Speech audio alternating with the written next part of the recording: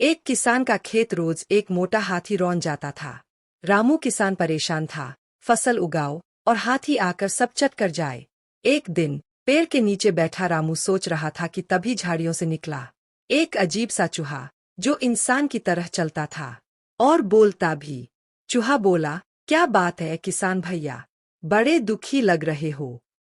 रामू चौंका, अरे तू बोलता है। चूहा मुस्कराया, मैं बबलू हूँ, स्पेशल चूहा, और तुम्हारी मदद करने आया हूँ। रामू बोला, क्या तू हाथी को भगा सकता है? बबलू अकड़ते हुए, न सिर्फ भगाऊंगा, उसे नाचाऊंगा।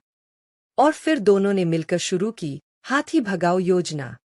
रात का समय, हाथी फिर आया फसल कुचलने।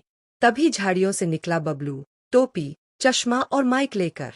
बबलू चिल्लाया, ए हाथी, ये मेरा खेत है।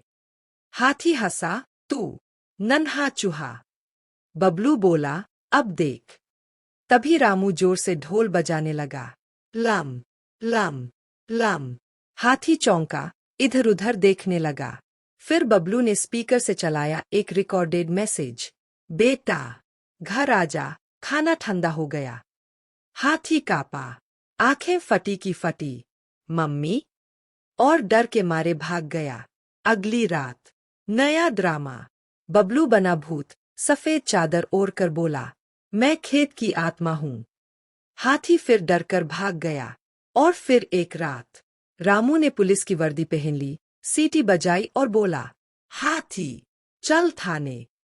हाथी हाथ जोड़ने लगा, भैया माफ कर दो, अब मैं फसल नहीं खाऊंगा। अगली सुबह हाथी खुद खेत में आया, रामू भैया, बबलू भाई, मुझे माफ कर दो, अब मैं मदद करूंगा।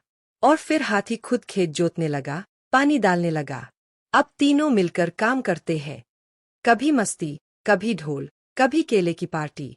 अंत में जब साथ हो चालाक चूहा और मेहनती किसान, तो जंगल का सबसे बड़ा जानवर भी भाग खड़ा होता है।